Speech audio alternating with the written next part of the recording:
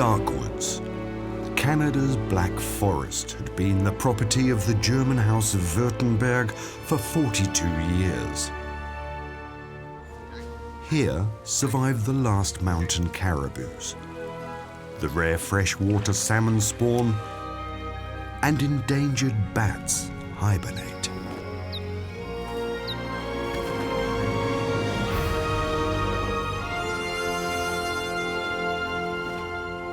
Today, the 55,000 hectares of nature are back in Canadian hands. Instead of German foresters, the Nature Conservancy organisation and scientists take care of Darkwoods now. Cory, bat expert. Gerry the keeper of the streams.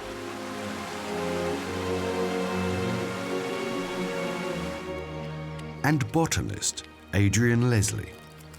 Together they want to preserve this unique natural landscape and turn it into a flagship region for Canada.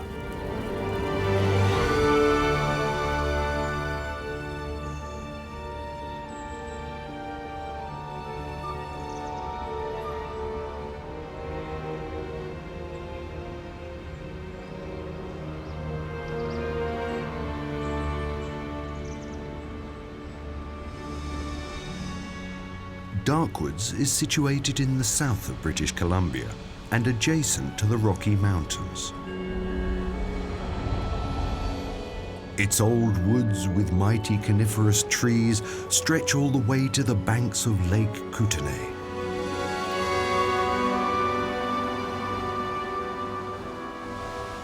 The lake collects the water from the surrounding mountains. Together with the Pacific, it shapes the climate with lots of clouds and precipitation.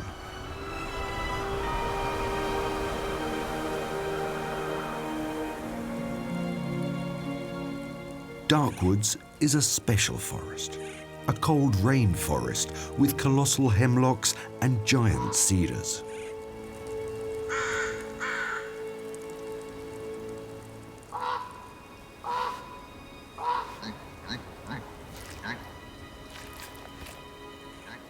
Most of the animals, herbivores or predators, spend the winter in the valleys due to the extreme snowfall.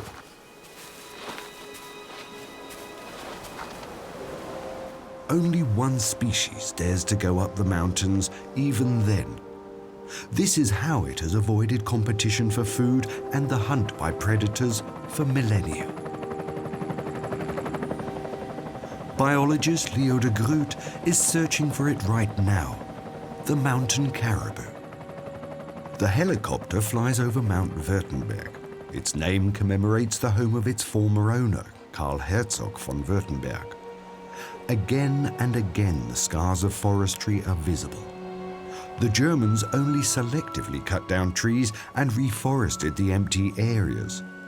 Some of the regions, however, have been left untouched until today.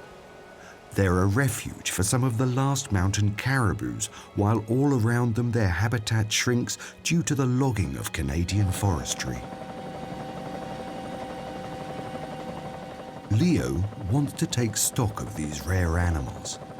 He wants to know if the protection of their trails and of their ancient food trees has made an impact. They seem to just end there. Right. So I wonder if they get too icy or snow. See, right here at 9 o'clock, they just end.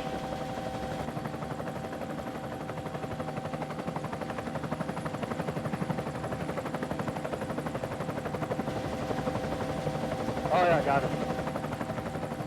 There are as many of them as in the autumn, notes Leo. That's a good sign. The biologist records the exact position of the animals.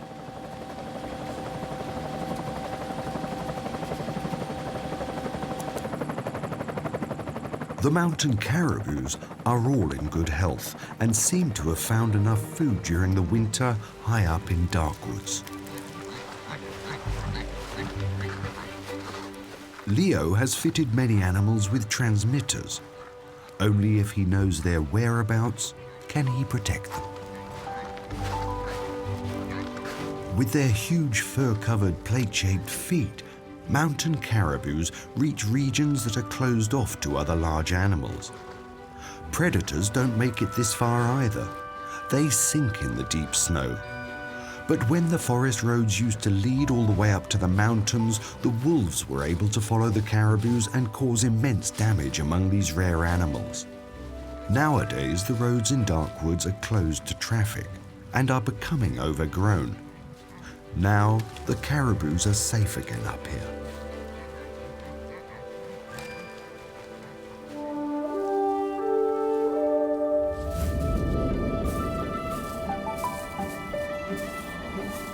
Winter shoes have evolved in the animal kingdom in multiple cases. Rabbits' feet are a good few sizes smaller than the hooves of the caribou, but the principle is the same. A light body on a large foot. And when you spread your toes, the snowshoe becomes huge.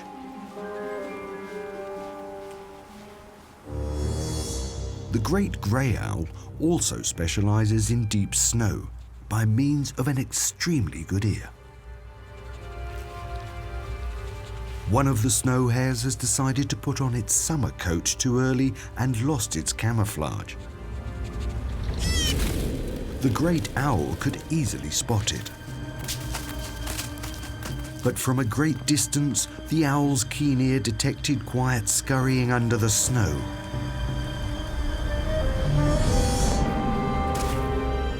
Small prey is easy prey.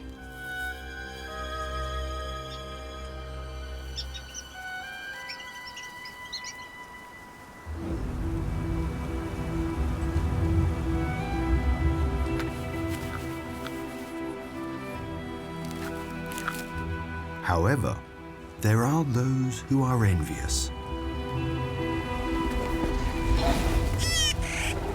With speedy reflexes, the owl gets itself and its prey to safety.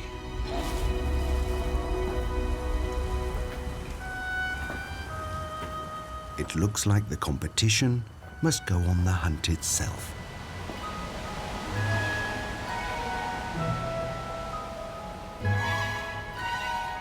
In Darkwoods, there are also animals who have not adapted to life in ice and cold. They have to find a place to hibernate. Bats spend their winter in dead wood or under the thick bark of old trees. But where to go if there is no old wood? Biologist Cory knows where they are hiding.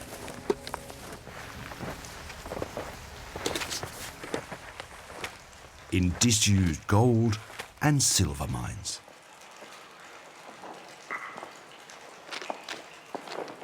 Here, only the scientist has access.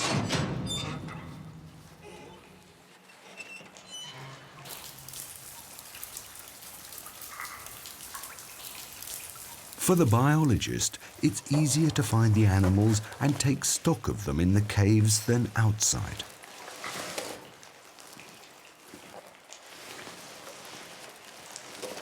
But reaching the bats is far from simple.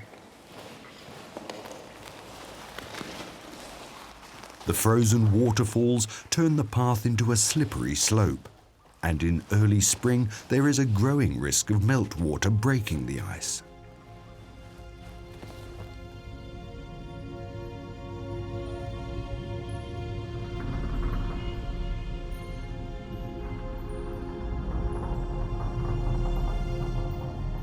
The man-made tunnels make for ideal hiding places for the bats.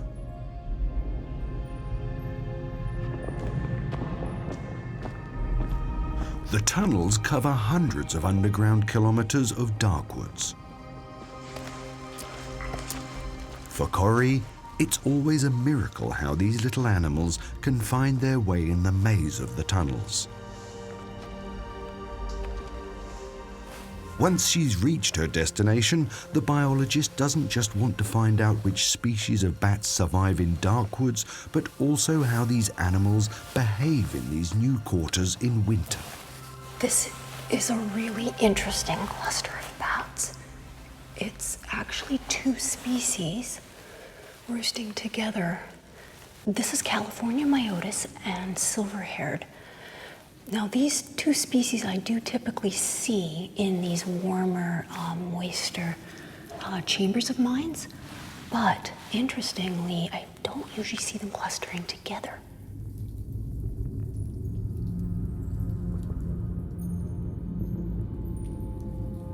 The Townsend's big-eared bat, on the other hand, doesn't like company. It is the first awake in early spring and will pump its blood into the finest vessels of its body. This way, it reaches operating temperature. The Californian myotis obviously have another trick up their sleeve. They sit piggyback on the backs of the larger silver-haired bats to warm themselves up. My winter research is also looking at how they are roosting and behaving in the winter, and you can actually see a transmitter, very faint wire there from the antenna that I've glued on one of the bats. Most bats don't fly around in winter. Only when it gets warmer they hunt every now and then, but at first only in the cave. The hibernating insects which keep still will survive.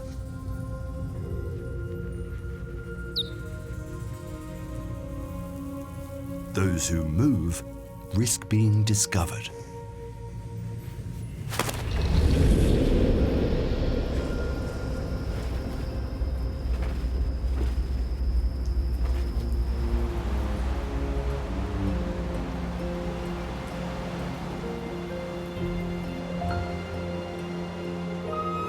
Following almost 8 months of winter, spring slowly arrives in Darkwoods.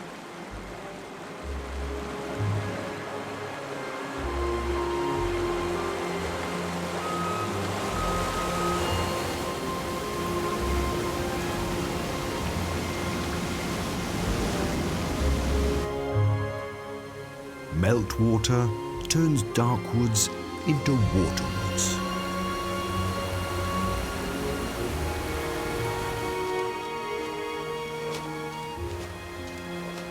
Now, hunger drives the bears from their winter quarters down into the valleys, because here the ice of the rivers melts first and the grass can grow.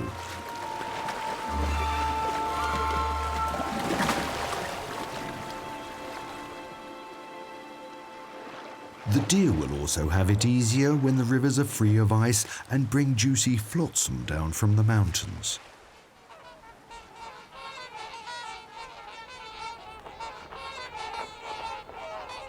The floodplains of Lake Kootenay at the foot of the mountains are now an important resting place for migrating birds. It is the largest in all of British Columbia. Thanks to the mild climate, the birds find plenty of food early in the year. Flocks of snow geese recover on Lake Kootenay before flying on to the Arctic. Trumpeter swans and flocks of coots feed on the juicy grasses under the surface of the water, while an enemy tries to creep up on them.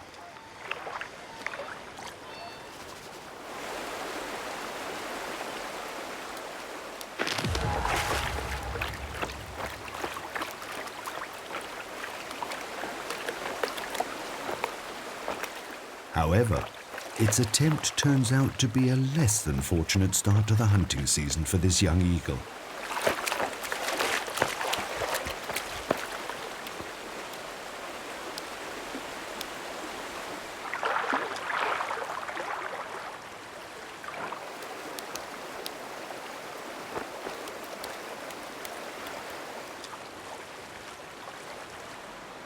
Now, however, its prey is in abundance. A successful hunt should be child's play for it.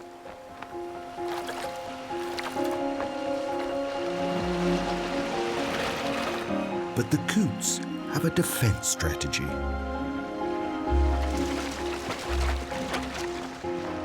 They confuse the attacker by forming groups and changing course, and by turning the water into a thick wall of spray.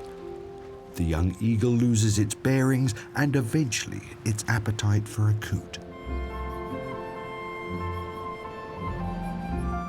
As spring is so short, One animal you wouldn't expect in Canada also has to get a move on with procreation.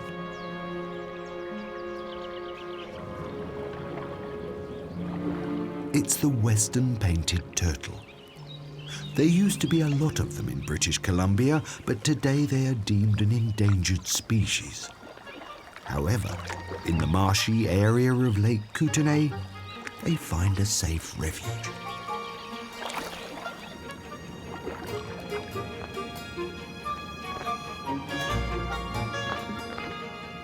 Often, the few places in the sun are actually overcrowded.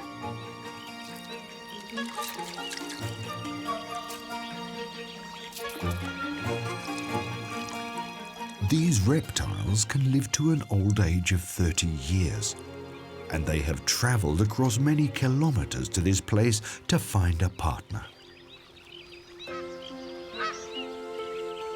Now everything has to be fast. This goes for the Canada geese too. Change of scene for a nursery group. In front they are shown the way, in the back they are pushed forward so that no youngster gets lost.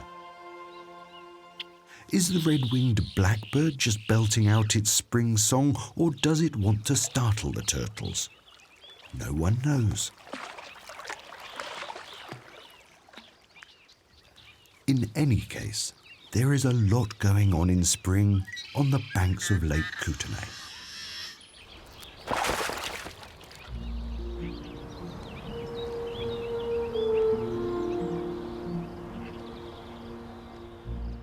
In June, the temperatures are warm enough for the cherry blossom.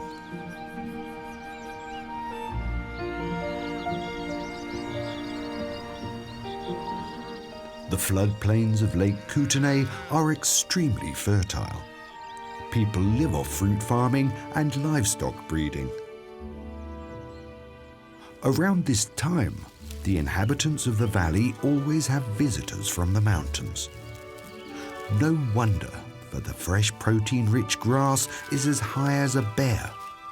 It's a power meal after the long hunger period throughout the winter.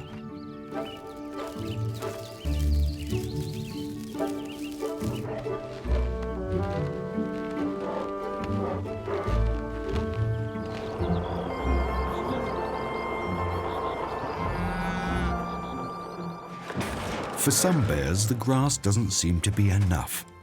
They attempt to get closer to man and thus close to danger.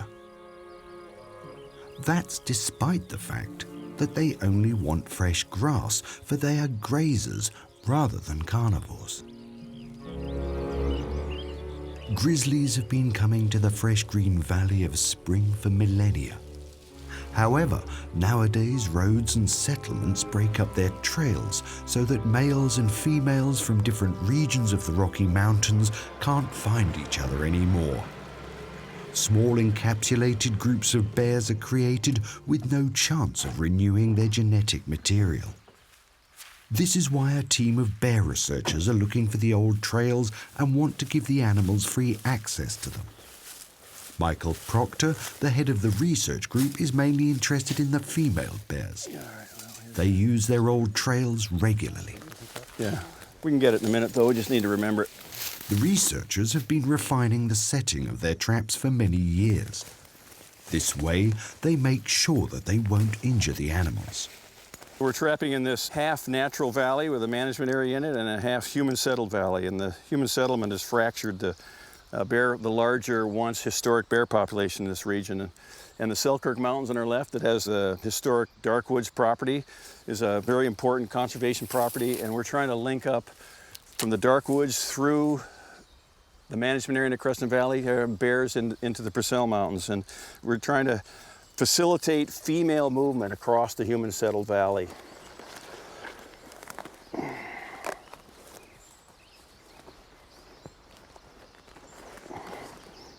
Michael Proctor wants to create paths with bridges and underpasses through the inhabited area for the bears.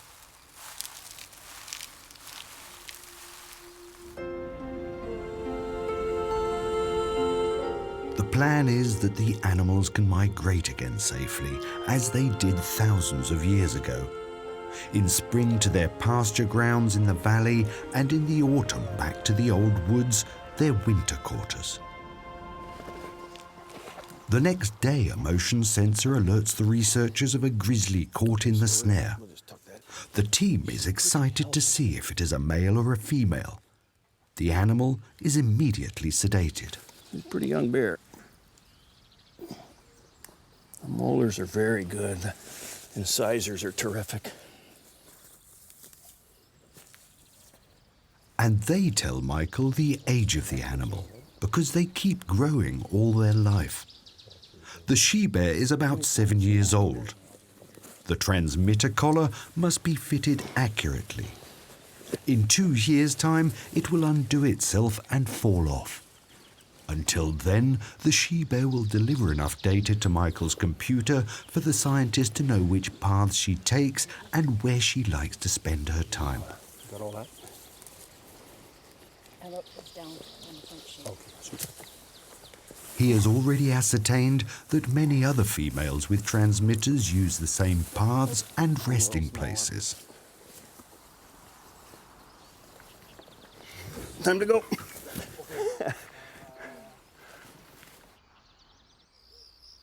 In the safety of night, the she-bear will leave the wake-up cage. From now on, she is under observation.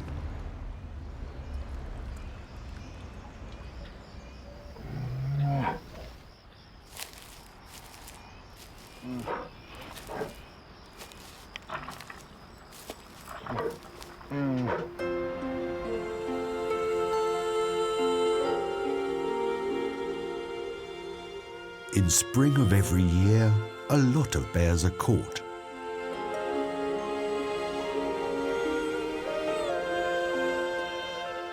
They are often put in transport cages and taken to assembly points so they can be cared for appropriately. The sedated females are waiting for their transmitter. Everything's going like clockwork here. Michael Proctor's team is experienced.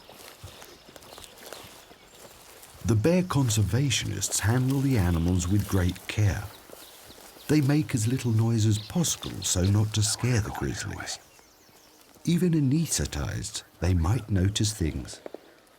Aggression towards and fear of people must be prevented, or else the grizzlies wouldn't stand a chance in Kootenay Valley. Before they get the transmitter, the bears are weighed and examined.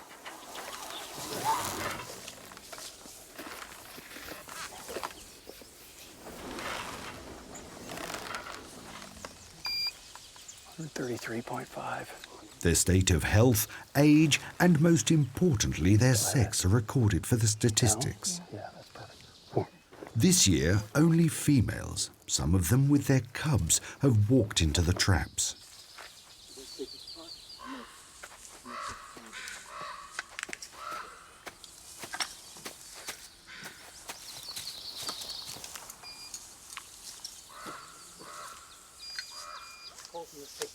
Only the young females are given a transmitter collar. Their male siblings don't get one. While the mother is still being weighed, her offspring is already looked after. The young male without a transmitter will soon leave his family and find himself a new territory, far away from his mother and female siblings. Spring brings abundant rainfall. In her winter quarters, the female black bear has had her cubs.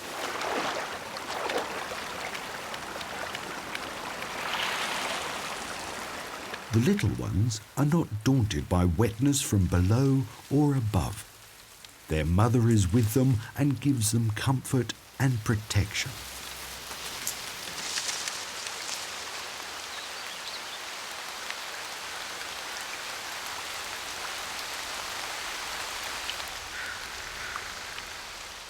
Porcupines are loners.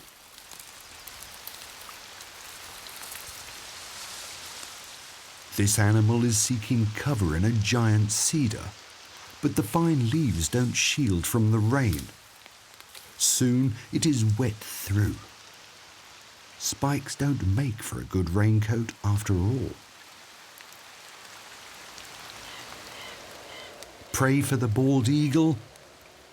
No, much too prickly.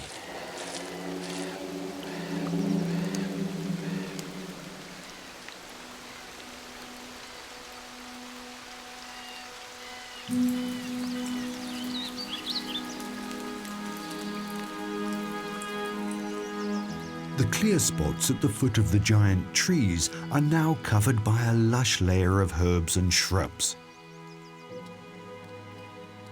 Pine squirrels are the busy gardeners of the forest. They look for, collect and harvest seeds and therefore spread the seed of old giant trees and young shrubs. A family of otters have moved into a strategically favourable spot and they have already caught some prey in the shallow water. Very close by is a Steller's jay, who is trying to get a share of the catch.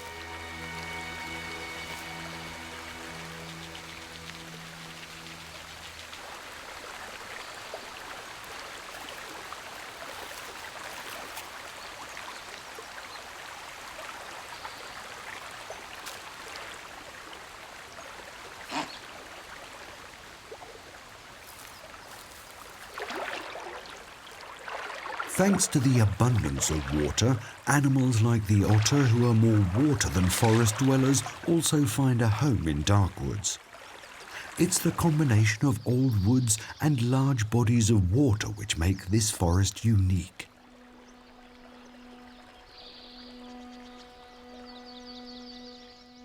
Giant trees shape its image, but it's also the little, hardly visible plants which keep the water circuit of this cold rainforest going. Mosses, with their millions of sprouts and leaves, are an ideal water reservoir, as are lung lichen. They collect water in thousands of little buckets.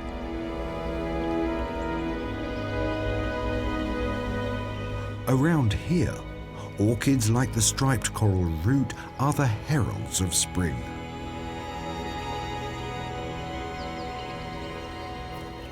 The giant devil's club is a characteristic plant of the cool rainforest. A delicate bird, weighing barely 4 grams, which you wouldn't expect to find in Canada, makes use of the sumptuous flowers in the undergrowth. Anna's hummingbird. The female has plain colours.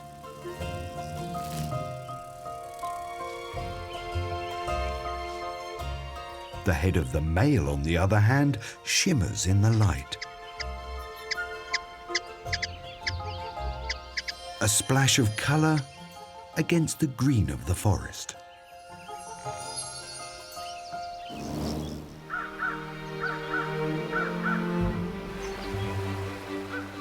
In spring, Darkwoods becomes the water reservoir for the entire region.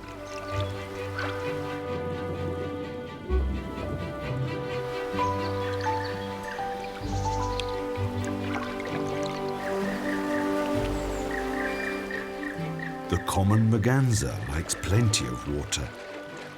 It's mating season now, and the courting for the females is on in the water with an energetic display.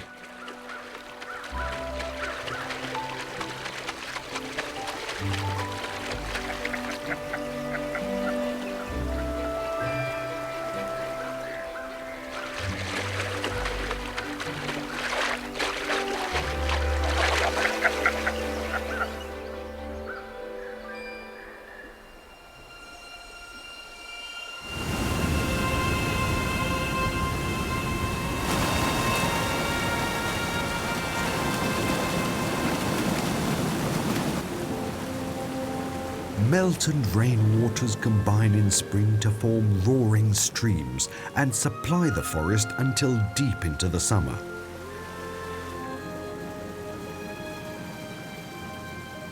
This is the time for Gerry the stream keeper in the Black Forest.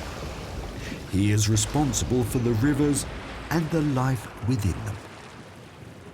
Stream keeper is a profession which only exists in Canada. Here the rivers are still full of primordial life. In Europe, dams and weirs block most of the river courses so that fish can no longer migrate to their spawning grounds. Each year, they have to be refilled with farmed fish. In Canada's Darkwoods, this isn't necessary. In June, the bull trout, one of the largest trout species of the world, climbs up from Lake Kootenay into the surrounding rivers to spawn.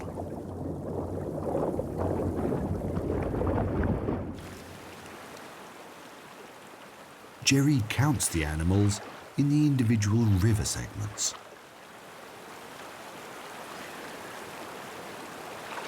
Well, it's not a lot in there today. I saw one 30-centimeter subadult bull trout. It was trying to make its way up. A little bit too small, I think, to make it up there this year, maybe next year for him. Lots of rainbow trout in there, probably about 40 of them.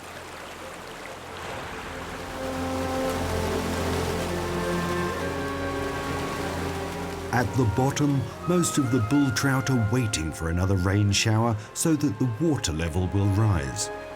Only then can they get through the narrow gorge. And still, it is an incredible feat of strength and determination for the bull trout to master these steep, rocky rapids.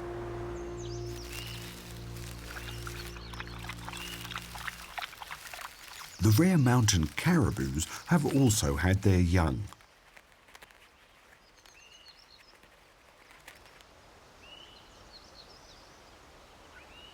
Apart from the long-established forest dwellers, there are also some newcomers. Wild turkeys only moved into Darkwoods a few years ago. The rising temperatures in the south of Canada lure them further north, a result of climate change.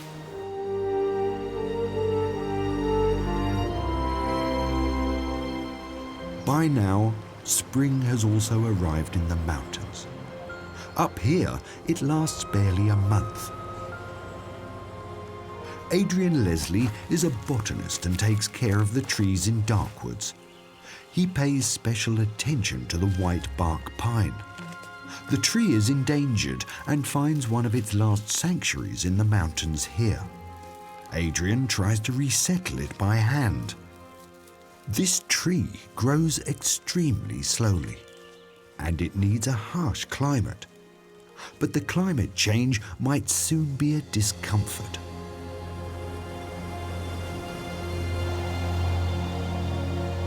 Lightning has been causing more and more forest fires because some regions of Darkwoods are drying out due to no rainfall. Adrian also discovers the charred remains of the valuable white bark pine. But fires are not the only challenge for this special tree. In high valleys of Darkwoods, dozens of lakes have formed.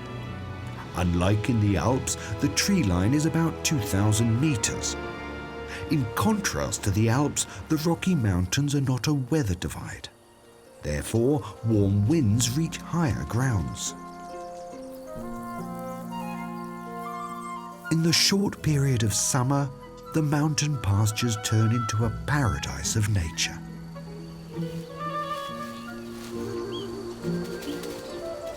The ruffed grouse must hurry up with the rearing of its chicks. Summer in the Darkwoods forest only lasts about 6 weeks.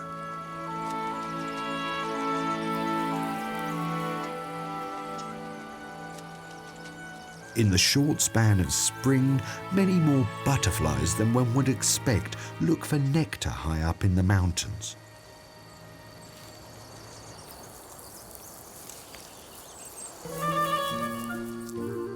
The marmots also only have a few weeks to grow fat.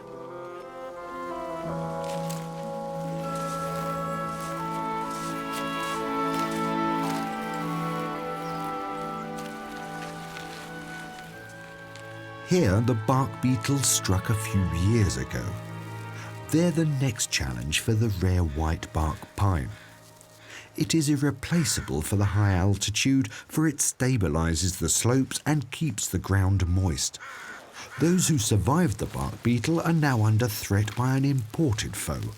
Most pines are powerless and at its mercy. Here's another white bark pine, about 20 years old, freshly infected with blister rust. You can see the canker right here. So the fungus, the spore would have landed on the needles of this branch and worked its way up into here and create these things, and you can see got spores coming out, and this canker is going to kill everything that's above and work its way down and kill this entire tree this year or next year. However, not all trees seem under threat. So far, a few pockets in the mountain forests have not succumbed to the bark beetle nor to the fungus. It seems that the trees here possess a very special resilience. Without the Clark's nutcracker, they would never have made it this far. In autumn, it collects their seeds and hides them. But the birds also have a tendency to forget quite a few stockpiles and thus unwittingly spread the rare tree. Now in summer, the cones aren't ripe yet, and the nutcracker prefers to avail itself of a protein meal in the shape of a bumblebee.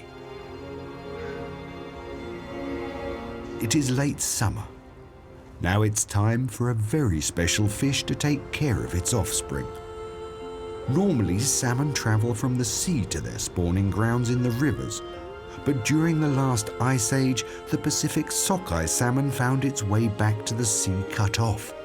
And thus, in the following millennia, the locked-in salmon of Lake Kootenay evolved into a Kootenay salmon, the red freshwater salmon. Like their ocean ancestors, in late summer, they also travel upstream into the surrounding rivers to spawn. In large schools, they now wait by the river mouths for the water levels to rise high enough. Gerry Nellistin, the Lord of the Darkwoods rivers, is doing another inspection round.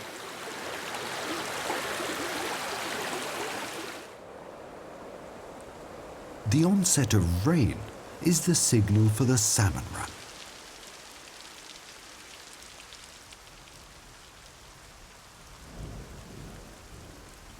Other animals also know the meaning of the downpour and travel to the river to catch some fish. The berries along their path serve as their entree. The fruit supplies the important sugar for padding the winter fat.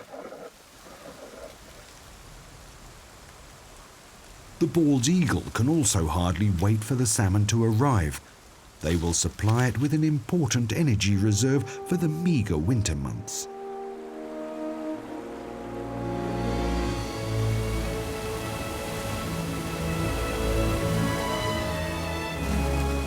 The water level of the spawning rivers is now high enough. The red salmon are now able to get through the rapids and rock barriers.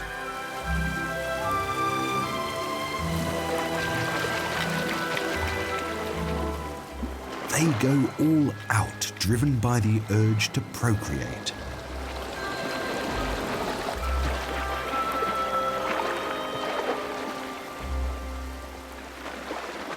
Black bears arrive early at the spawning grounds of the red salmon to get their share before the grizzlies get there.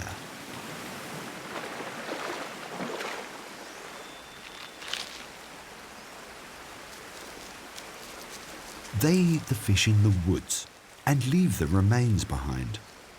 Certain mosses can decompose animal protein. This way, the salmon fertilizes the forest. With its call, it seems the eagle is inviting everyone to the big feast. The grizzlies are taking a more low-key approach. They know that there is still enough for everyone. But the number of salmon in the rivers around Lake Kootenay has fallen dramatically. A virus has stricken the salmon and other species of fish. At this shallow spot, there are just a few hundred salmon spawning. It's far too few. A few years ago, there were tens of thousands, even hundreds of thousands in the entire river system. But it's still enough for the hunting practice of this young eagle. The parents don't have to feed their offspring anymore, but share with their partner, perhaps? No, why should they? The bald eagles don't even hunt themselves now. They collect what the bears have left behind of the salmon. Each day, they consume many thousands of calories and are fortified for winter.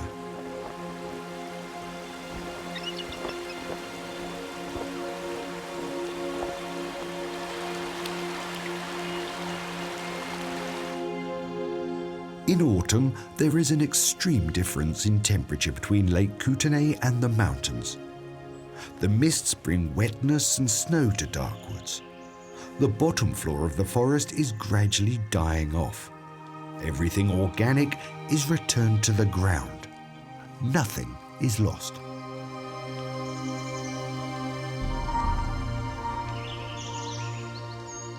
This way, the old giant trees live on, and new virgin forest grows back. Bat scientist Cory does her last checks in the gold and silver mines ahead of the approaching winter. As always, she is wearing a protective suit which will be burnt after the job. It's a precaution because the bats could be sick. Cory wants to avoid spreading the disease to other caves. Unlike in spring, it is now not very dangerous to step into the caves and mining tunnels as the water is not frozen yet. Cory notices that some of her protégés are already in their winter quarters. Her first impression is that they seem healthy.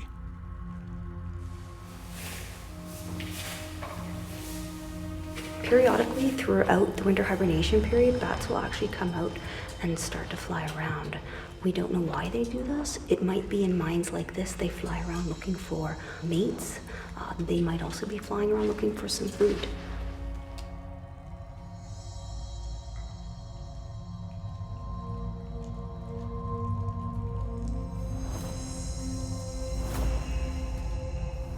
Since bats also come here from faraway regions where diseases have been spreading for some time, Cory is on guard.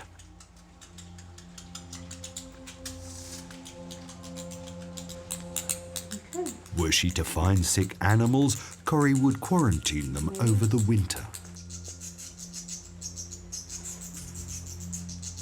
There's a fungus that has spread to Western North America, and that will grow during the winter on their wings and on their face. It's called white nose syndrome. Eastern North America, the white nose syndrome has actually killed millions of bats. Now that it's in Western North America, we just hope that these species that are specific to Western North America will not be destroyed in such large numbers by this invasive fungus. So far, the Darkwoods populations show no signs of the deadly disease.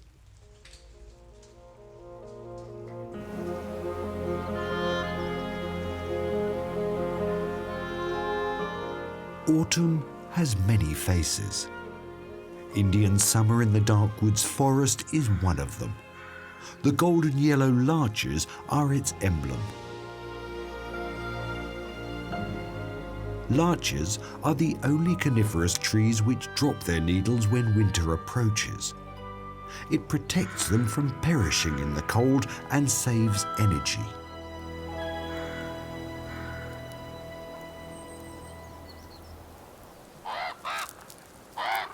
Now the time has come for the whitebark pine's little helper. The Clark's nutcracker zealously harvests the seeds of its partner tree. It needs to hurry and bury its winter reserves under the trees before the first snow, thus sowing the seed for a new generation of white pines. It's high time for Adrian Leslie to check up on the white bark pines. He has a plan how he can save the species from the dangerous fungus which is threatening them in Darkwoods too.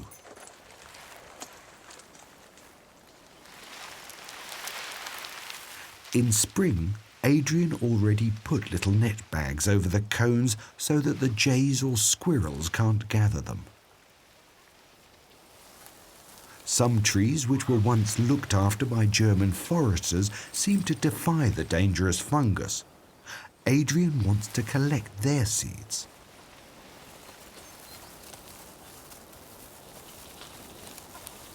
The resulting seedlings are the future of the white bark pine. This is a mature cone because it's very dry, and you can actually break these bracts off. And underneath each bract there's two little seeds that you can see are mature because they fall out, and so these will grow in a greenhouse over the next couple of years, and we'll plant these seedlings at a restoration site here on Darkwoods probably in 2018. And so from this cone we'll probably get about 50 to 60 seeds, and with any luck we'll get about 40 little seedlings out of this one.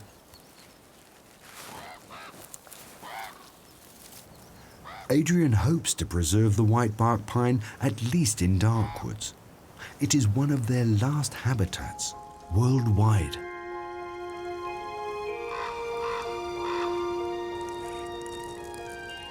After just 3 to 4 weeks of autumn, it's getting cold, and the Pacific sends thick snow clouds to Darkwoods.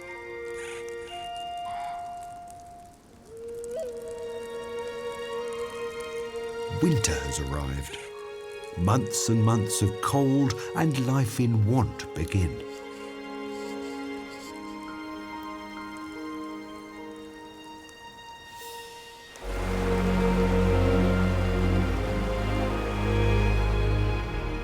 For the white-tailed deer, getting away is arduous again. They and the elk are not particularly well adapted to deep snow. They have to stay in the valley. For nearly 9 months, they will now live off bark and frozen shoots. Wolves know how to take advantage of this.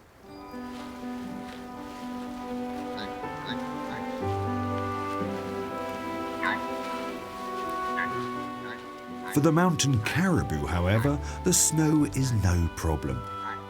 They have long since left for the high mountains to a place where they are the only ones to find very special food, far away from the wolves in the valley. The last mountain caribous make their way to the pines in the mountain forest, the ones the endangered Clark's nutcracker is closely linked to.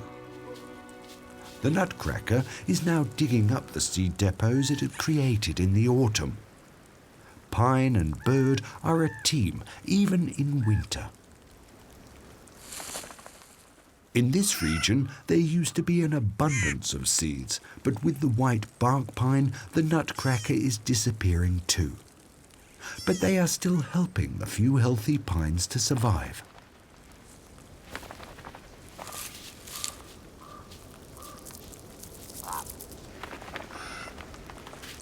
The birds are clever.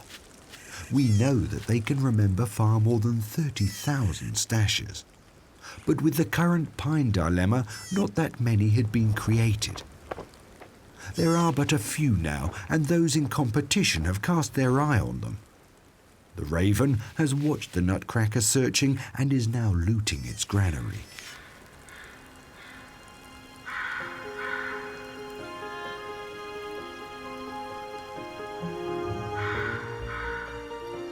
The white bark pine houses an organism which in turn ensures the mountain caribou's survival. For these inconspicuous beard lichens, mysterious hybrid beings between fungus and algae, animals undertake travels of several days through deep snow uphill to a height of over 2,000 meters.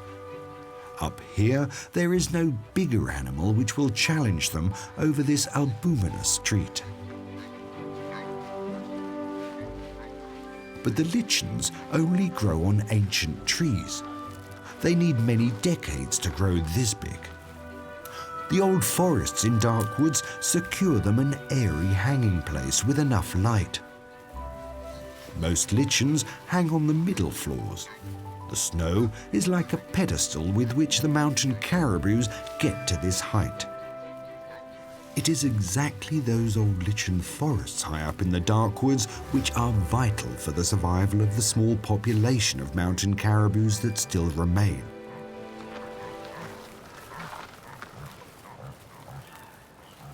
The last mountain caribous of North America are an example for how important it is to preserve the uniqueness of the Darkwoods Mountains and lake landscape. Thanks to its careful forestry, the House of Württemberg succeeded in this for many decades. The aim of the new owners, the Nature Conservancy of Canada, goes beyond that.